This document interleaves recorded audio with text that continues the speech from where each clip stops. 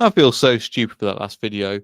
I really do. Not for the Koulibaly one, the one before that, where I was like, we just need to believe we lost 6 in a row.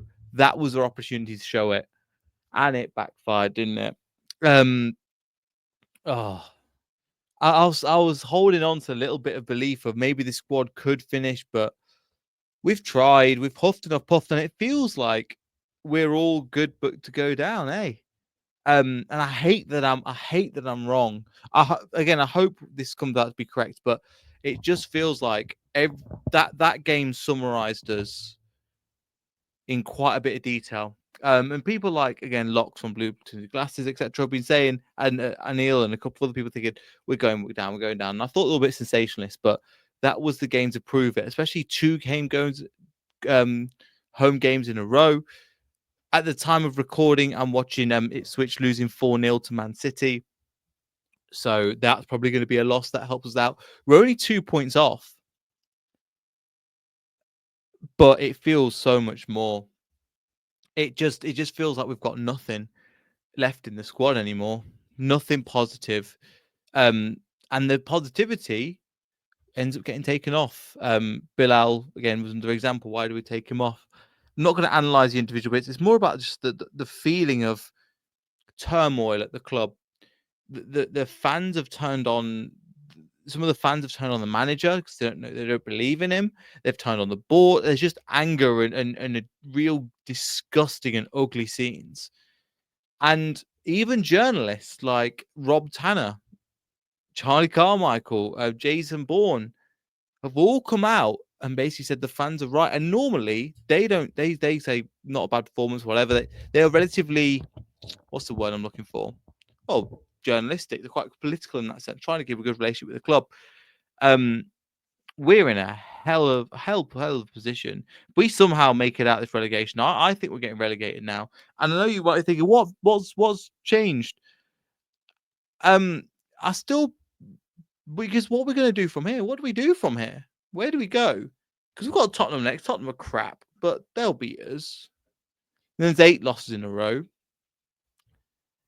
It feels like there's been so much, oh, it'll do mentality. There'll be so much like, oh, we'll figure it out. What happens? I don't know. And this Premier League, compared to previous years, is bloody tough. Teams like Bournemouth, Brighton, Fulham yesterday really turned up, and they've really turned another level where we're just not competing at. It feels like, even though we're in FFP trouble, it feels like, oh, this'll do. And this'll do isn't good enough. It used to be potentially when we got relegated, but oh man, that for some reason that was a blow. I'm feeling a lot less confident, and I've waited 24 hours until after the game because I was thinking, I'll be honest with you, it is still 2 points. We still have an opportunity, but I've flipped now to we're more likely to get relegated than stay up. And I don't know why I didn't see it for such a long period of time. Maybe I was blindsided by the fact I was like, it's Steve Cooper.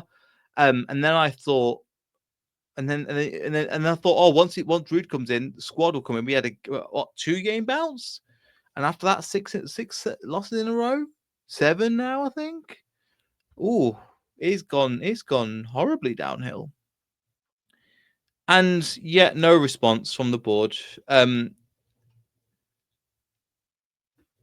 don't really have anything to say. That I just want to apologize to everybody who said, Neil, I hear you, but we're going down, man. And you're right. I'm not going to sit here and sugarcoat it and pretend like, but this. And if it comes to the end of the season, I'll say credit to you. I thought there would be something to hold on to. There was something that I was seeing a little bit, but the squad's not good enough. The tactics may be good enough, but the squad, especially with what is on at stake, and I'm trying to put my finger on what it is. And there's lots of little answers. Obviously, the director of football, the board don't talk to us, so we're left in the dark. Oh, what's that lead? Conspiracy theories. People to make up their own minds. If you're not clarifying and saying this is what's the goal, and there's no transparency. So again, it leads to people going, do you know what? I'm just going to make it up. I'm just going to run with what's best. They refuse to talk to anybody. The players are just, contracts have been given out, ungodly contracts, as in terms of the wage that we're paid, we don't actually pay that much more, but people have invested a lot more money even in this window. And yes, we have had FFP troubles, but it's bad, man. It's really bad. Some of this squad looks championship. Some of the squad doesn't want to be championship, but they deserve to be. And the gulf between the championship and Premier League, I thought we would be able to get by. No. It's a shame. If we stay up by the skin of our teeth, I don't know how we've done it.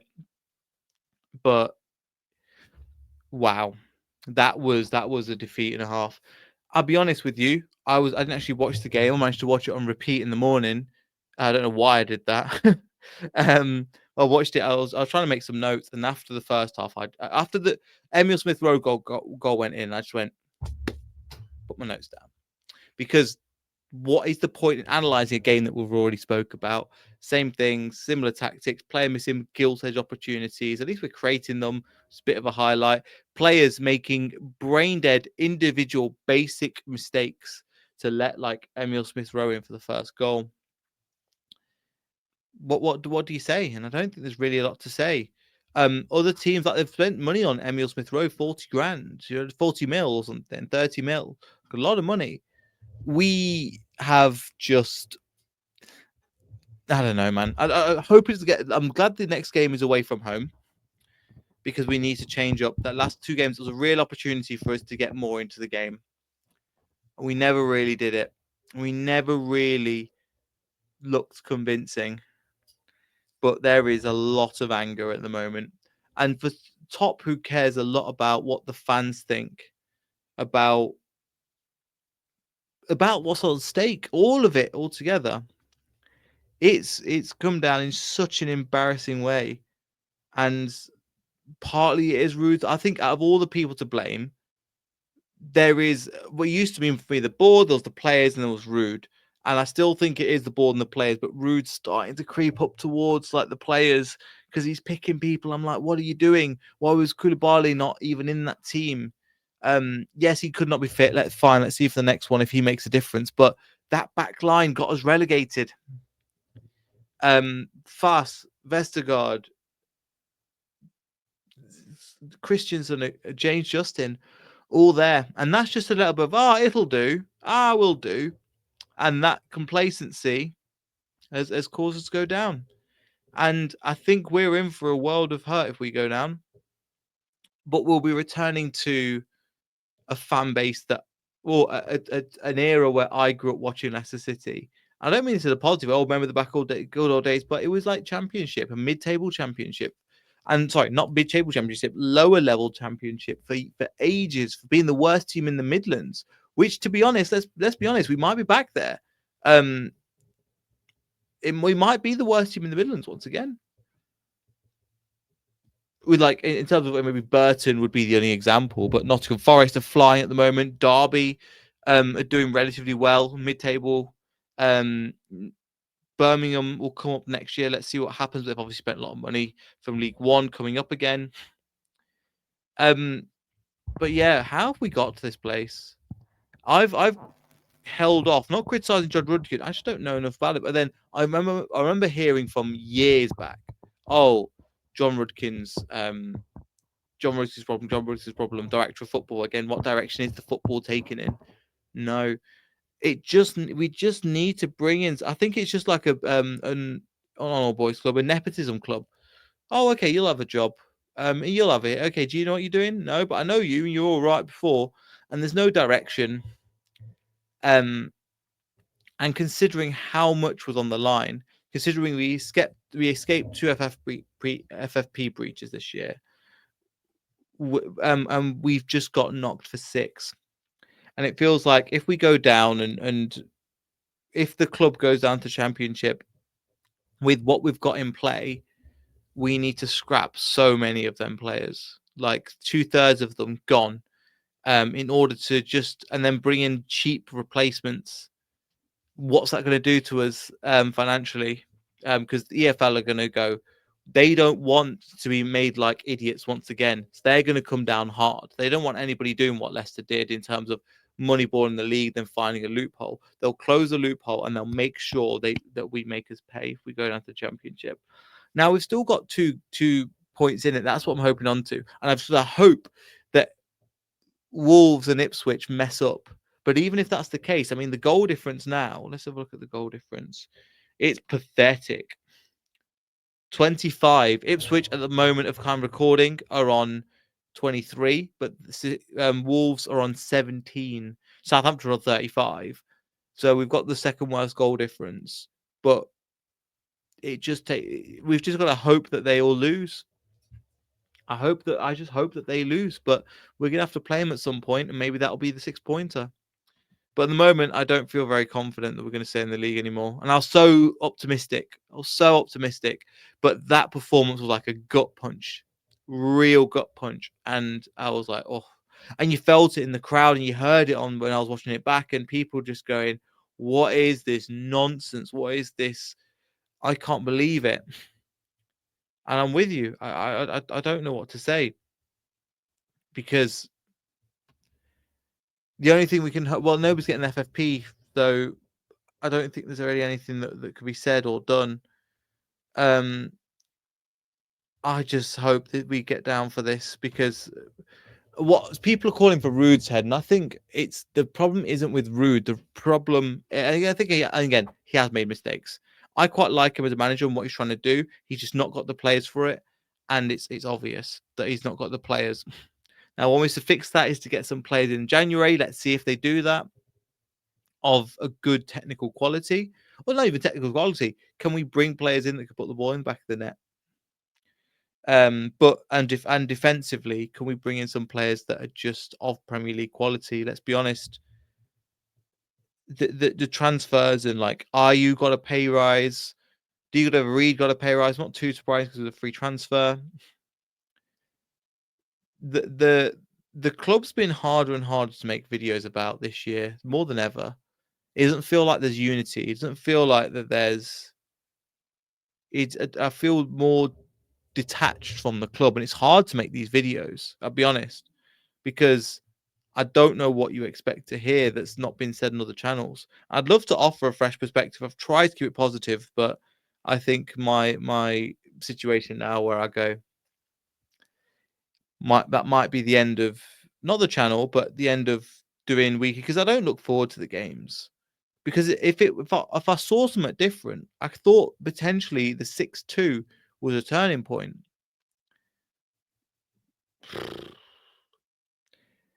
I don't know what the next move is, but the move that needs to be made is the board.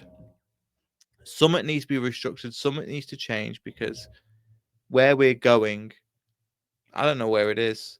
We've got a hodgepodge of a squad that kind of plays out from the back, but you've still got a few Steve Cooper players that are like more physical and don't really. So I understand, but we need to get a philosophy down of what kind of manager we want. And I think, again, with Rude, he could keep this team.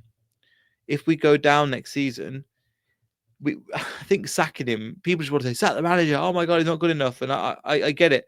But I think the manager is the least of the problems at the moment. I think the problems are with the players. I think the problems with the board. I think there's problems wider than the manager. And is the manager completely faultless? Absolutely not. He's deciding to play some of these players. But I don't know what benefit to say because we aren't moving anywhere fast. And the where we're moving is only going to negatively affect the club. And I hope we stay up. But I think I've flipped now where I've said, listen, lads, I think we're going to get relegated. And what does that mean? It means a lot. But let's see. I know I've not spoke about the Fulham match because is there really anything too much to mention? I just think it's a bit of a disaster all round, isn't it, really? Absolute disaster. Some of you have seen it coming. And I say to you, I'll give you your flowers. You've called it. I got it wrong. And I thought for some reason last week against Crystal Palace, like we could see something, and it's just a carbon copy. If not, we got worse. And the confidence must be absolutely through the floor. I thought there was something that we had there, which was confidence and belief, and that just looks shot. And also, it doesn't help with the fans turning on the manager and the owners, etc. It really doesn't help that. But we haven't got a choice. We don't really know what the next. We just don't know. And anything, just a lesson in business in general. When, for example, I'll give you an example. When the pandemic hit, when everything's going well, you don't say anything because you just go, "Oh, everything's going how we're supposed to do."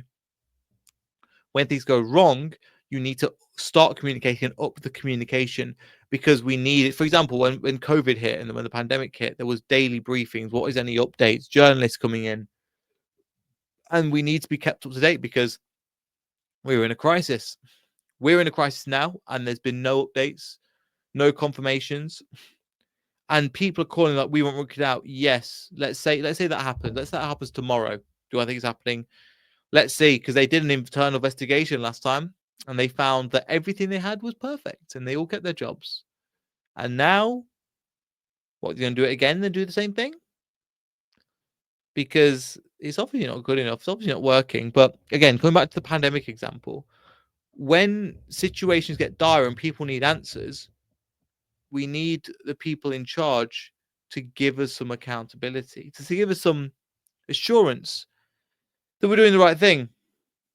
And what? Rude's been backed with one signing of 2.2 to 3 mil. And we've got what, if we sell Tom Cannon, which is, again, it's not official yet. The club haven't announced it, but as time of recording, then we've got 23 to 24 mil. Will that be enough? We got to hope so, because I don't think there's much else going on.